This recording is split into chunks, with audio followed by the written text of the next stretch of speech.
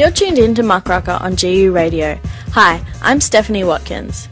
It may seem far-fetched, but Australia is currently facing an STI epidemic. Chlamydia and gonorrhea in particular have skyrocketed in the past year, according to a study by the University of New South Wales Kirby Institute. The Kirby Institute was initially set up to combat HIV in the 1980s, but these days it has a broader structure focusing on all sexually transmitted diseases.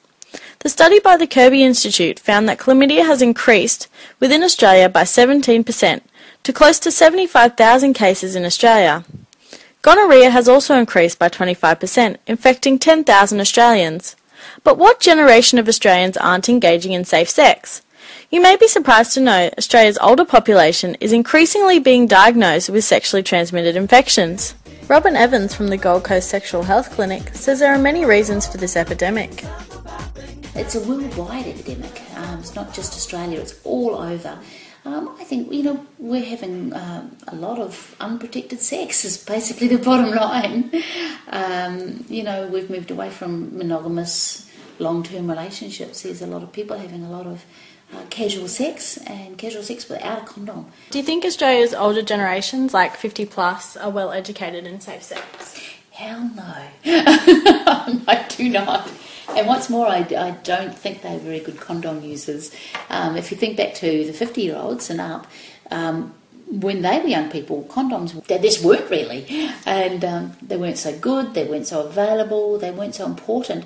And a lot of the people that even, let's say 40s, 50s, that are now divorced and out there in the marketplace again, they're quite vulnerable because they've never used condoms. It's something that perhaps the older group aren't so good at. If an older person wanted to learn about safe sex, where would they go? I think here is a good place, there's no doubt about that. They certainly could go online, there's a possibility that they could find something on there, but there's a lot of misinformation on the internet as well. GPs probably would be a good port of call. Do you think many older people would be too embarrassed to ask for information about safe sex? I think it's hard for them, it really is. Sexually transmitted infections are preventable, so why are so many people still getting them? Especially the older generations who are often perceived as being experienced in the language of love.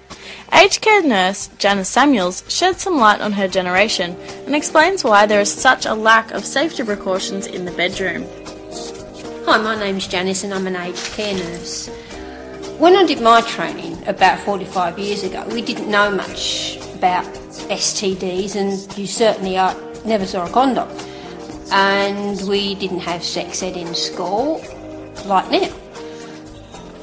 I think a lot of women in this day and age who go through divorce and start new relationships that have no idea about safe sex or anything else. And I think they're too scared to go to the doctors in case they feel that they're judged morally, I think. And they certainly don't have the experience that young women have now. Chlamydia and gonorrhea are treatable. For more information, talk to your doctor.